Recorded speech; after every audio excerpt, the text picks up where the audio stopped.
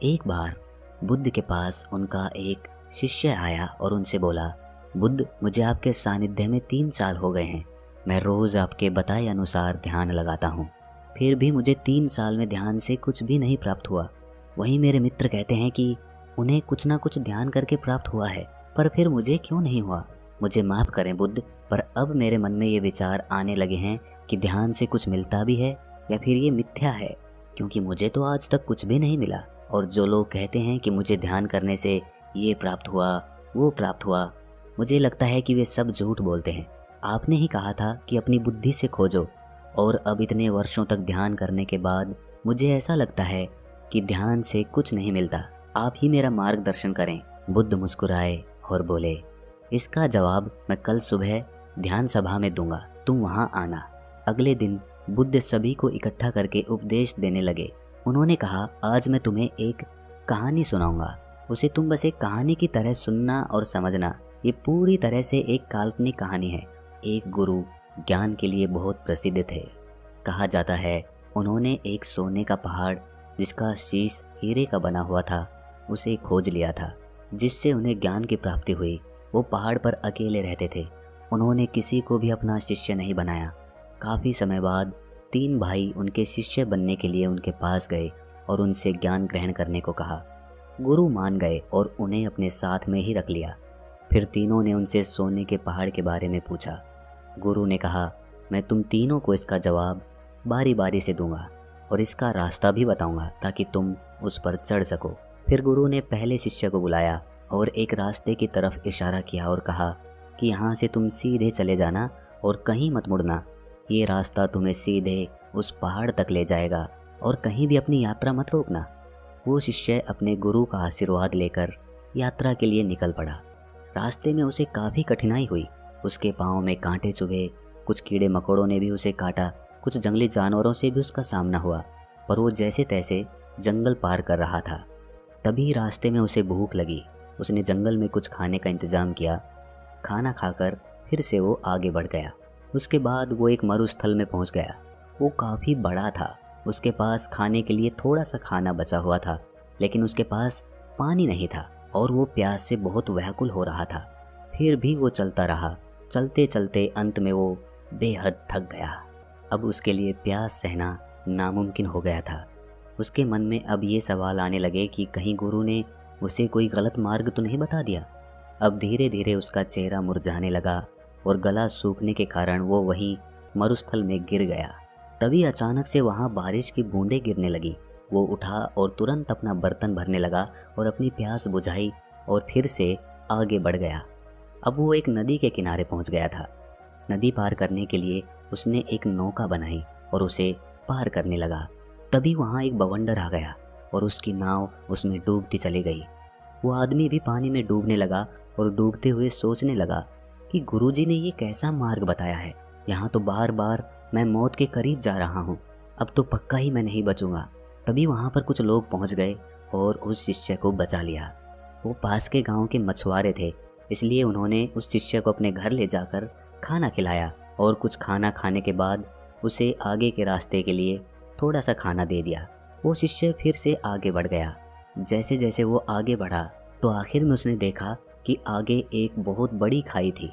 उसे देखकर वो जोर से चिल्लाकर बोला, गुरु ने मुझे गलत रास्ता दिखाया है।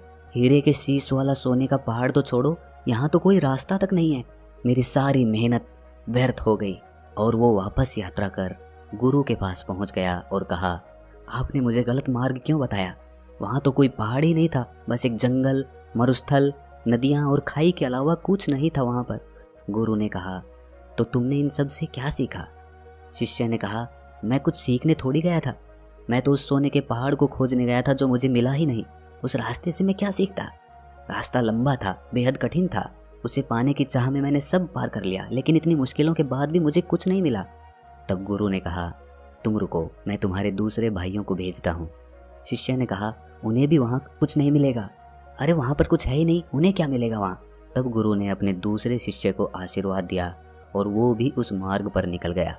कुछ दिन के बाद वो भी वापस आ गया। तब गुरु ने पूछा, तुम्हें वो पहाड़ दिखा? शिष्य ने कहा, नहीं, मुझे कोई पहाड़ नहीं दिखा, वहाँ तो बस एक खाई थी। मुझे लगा शायद मैं आपके बताए रास्ते से भटक गया हूँ, इसीलिए मैं आपसे रास्ता पूछने आ गया।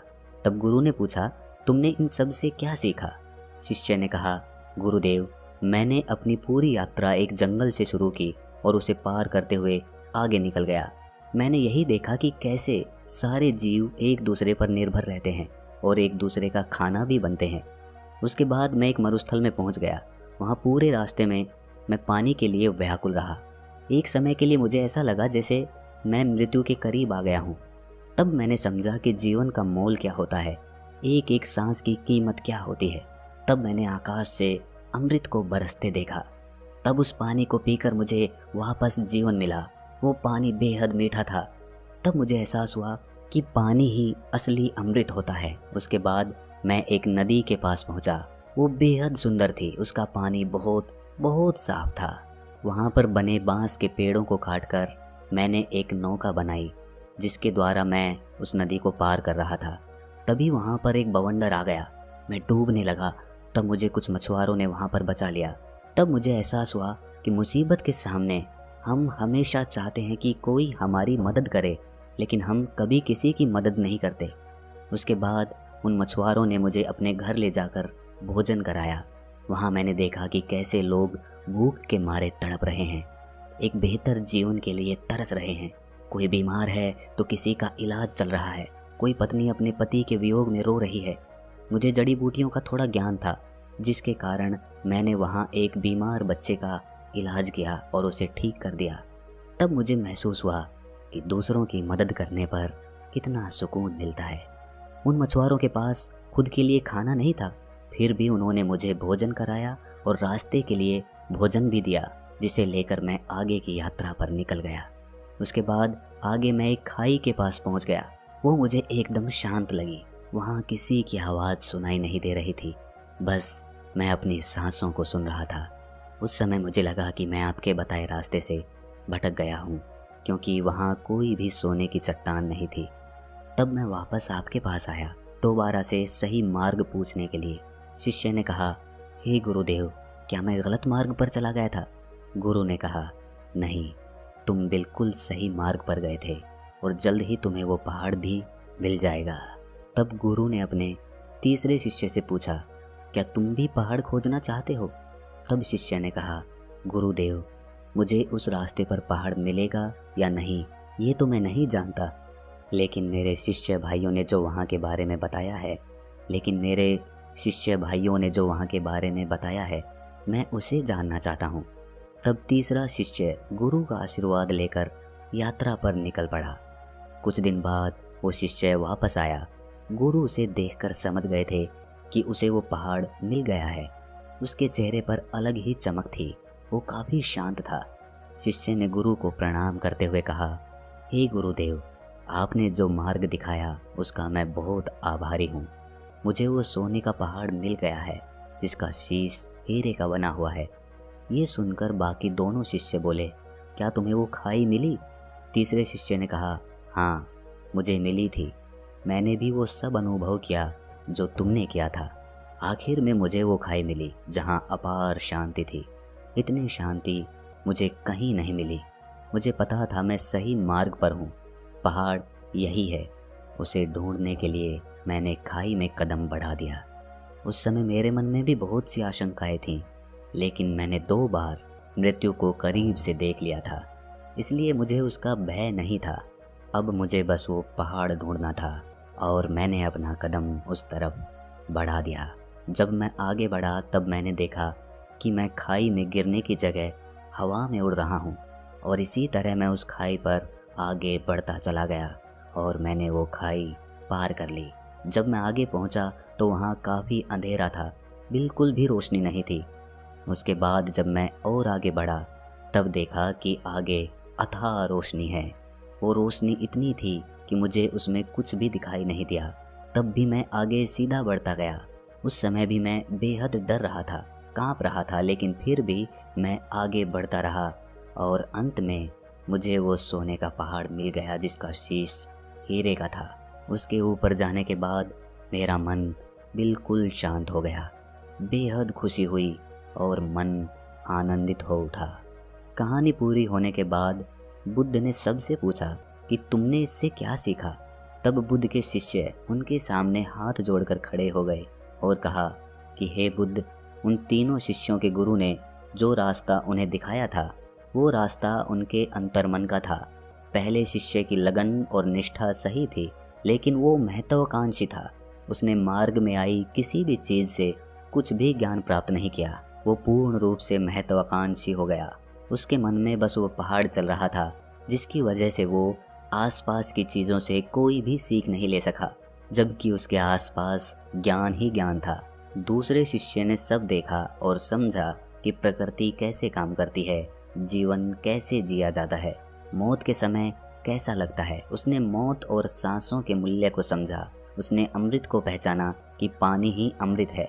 वो आखिर तक गया और उस छोर से वापस आ गया जहां उसे मंजिल मिलनी थी। वो उस खाई को देखकर घबरा गया जिसकी अथाह शांति उसको पसंद आई थी, लेकिन वो ये नहीं समझ पाया कि वही उसका रास्ता है और वो उसे गलत मार्ग समझकर गुरु के पास वापस लौट आया। लेकिन इस यात्रा से उसने कुछ पाया, लेकिन तीसरे शिष्य के मन में उस पहाड़ को पाने की कोई जिज्ञासा नहीं थी। वो तो बस उस मार्ग को जानना चाहता था, उसे देखना चाहता था जो उसके साथियों ने देखा था। आखिर में वही हुआ, उसने हर चीज़ अनुभव की। फर्क बस इतना था कि वो उस खाई की गहराइयों में चला गया जहाँ एकदम अनंत शांति थी। वो इस सब को महसूस करते हुए अंधकार में आगे बढ़ता गया और एक समय के बाद उसने रोशनी ही रोशनी देखी। और वो पहाड़ जिसकी उसे तलाश थी, वो पहाड़ कोई और नहीं बल्कि खुद का उसका शरीर था, जिसमें सोना उसका शरीर था जबकि हीरे का शीश उसका मस्तिष्क था, जिसमें उसे बहुत सारा ज्ञान और शांति अनुभव हो रही थी। अब जिस शिष्य ने बुद्ध से कहा था कि उसने 3 साल में ध्यान से कोई भी चीज़ प्राप्त नहीं की, वो बुद्ध से जाकर बोला कि मुझे माफ़ कर दें। पहले मैं आपका पहला शिष्य बना हुआ था, लेकिन अब मैं कोशिश करूँगा कि आपका दूसरा शिष्य बनकर दिखाऊं। अब मेरे मन में कोई भी दुविधा या सवाल नहीं है। दोस्तों, हम सब का ध्यान मंजिल की तरफ होता है, लेकिन असली आनंद तो रास्ते का होता है, मार्ग का होता है। और जो व्यक्ति मार्ग का आनंद लेते हुए मंजिल का सफ़र तय करता है, वो मंजिल तक पहुँचते पहुँचते ही अथाह शांति को प्राप्त कर लेता है। और जो आदमी सिर्फ मंजिल पर पहुँचने की चिंता करता है, वो मार्ग का आनंद ही नहीं ले पाता। इसीलिए मंजिल से ज़्यादा मार्ग ज़रूरी हो जाता है। अगर आपको ये कहानी थोड़ी सी भी ज्ञानवर्धक लगी तो इसे अपने सगे संबंधियों और दोस्तों के साथ शेयर ज़रूर करें, और ऐसी ही ज्ञानवर्धक कहानियाँ सुनने के लिए हमारे चैनल को सब्सक्राइब कर लें और इस वीडियो को लाइक ज़रूर कर दें। तो मिलते हैं अगली कहानी में, तब तक के लिए अपना ख्याल रखें।